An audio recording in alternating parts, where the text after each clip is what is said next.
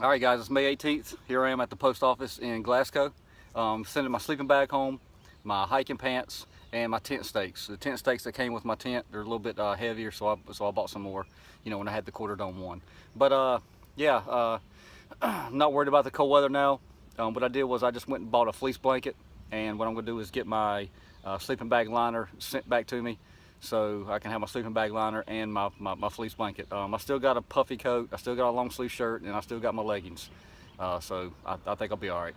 But yeah, here, sending some stuff home. It's hot weather, summertime now. Cricket and grasshopper caught up to us again. It's good to be back at the old Tramily.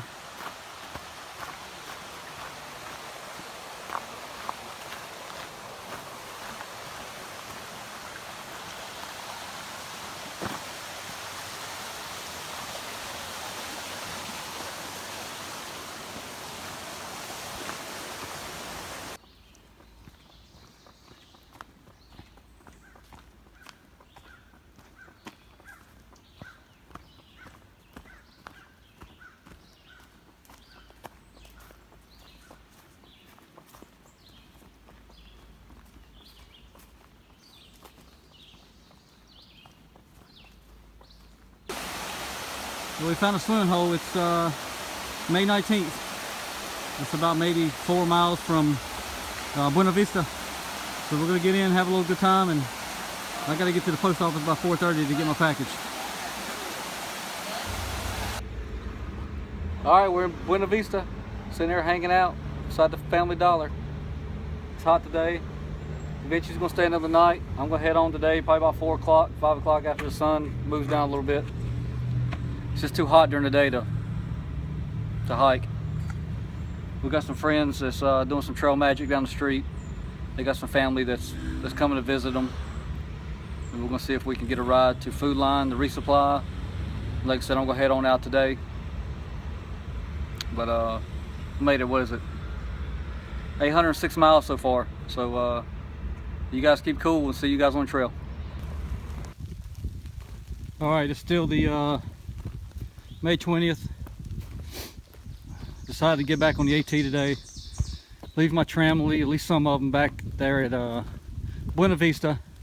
I just feel, you know, a little anxiety, so it kicked in, and just want to just hurry up and just go ahead and knock this major hill out today. You know, coming from the road trailhead there. It was 2.9 up, and knocked it out in about I think about an hour and 20 minutes. So almost three miles in an hour and 20 minutes. And I didn't think that was too bad. It's starting to rain about halfway. You can see visibility is not really too good. I'm not sure how many more miles I'm going to do. I have 1 liter of water, well, 1 liter of Powerade, and the shelter is about 0.7 or 0.8 up, just north of here, and it goes down about a quarter to, you know, maybe 0.3 miles down. It's going to be a steep hike up. I'm thinking about just keep going and toughing it out to another maybe 2 miles, and there's a nice little spring and a campground there. But you know, hopefully it doesn't pick up too much, you know, with the rain. I think the storm's supposed to be coming in about 7-8 o'clock tonight. It's 5:30 now, so I don't know. It just really depends. But I feel pretty good. You know, I messed around all day in Buena Vista, and I got a ride back from Grasshopper's mother. She was doing trail magic today, and seen her. She came visit her today, and her and Cricket, and she took me to Food Line, resupplied me, and then I got back to the AT. You know, she dropped me off, so that's pretty cool. So I just wanted to hurry up and get rid of that hill there and knock out about 6 miles today. I don't want to take another zero until probably Waynesboro. It's about another 4 days away.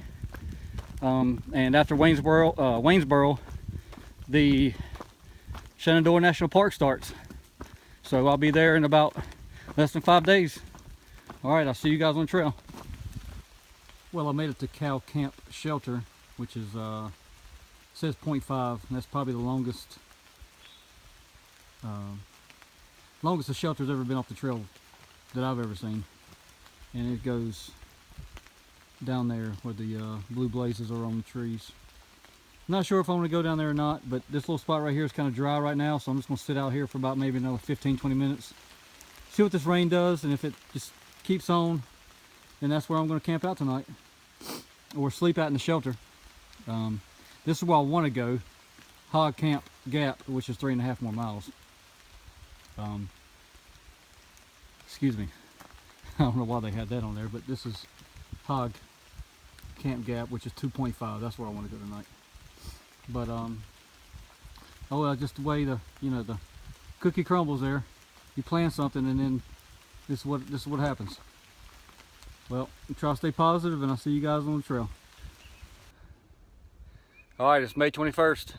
Last night, the rain didn't let up, so I had to stay at the shelter there.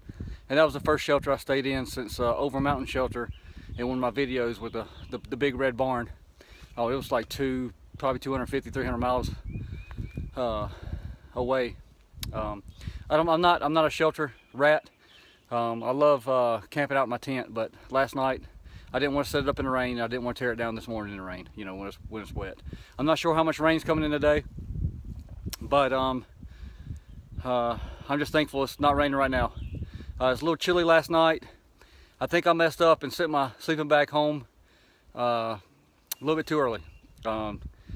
Well, I wouldn't say too early. I should have just got something else besides a fleece blanket. I didn't need that 22-degree sleeping bag, so I should have got something like a 40 to 50-degree sleeping bag, a little bit lighter. But I'm gonna see how it goes. I got about 3 or 4 more days, or say about 3 more days to Waynesboro, Virginia, and then I'll be going into the Shenandoahs after that. So I might pick up something else from Waynesboro. So who knows? But anyway, see you guys on the trail, and keep it going. All right, guys. Here's my new tent. I'll give you guys a little bit of lowdown on it.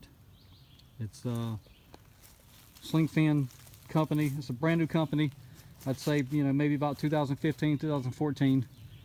They're really known for their negative 0-degree snow 4-season tents for like your base camp that can hold 5 to 10 to 20 people on the base of like Everest and things like that, all your high altitude snowy peaks. But they came out with this one here 2 years ago, and they make 2 different types, like 2 different type models.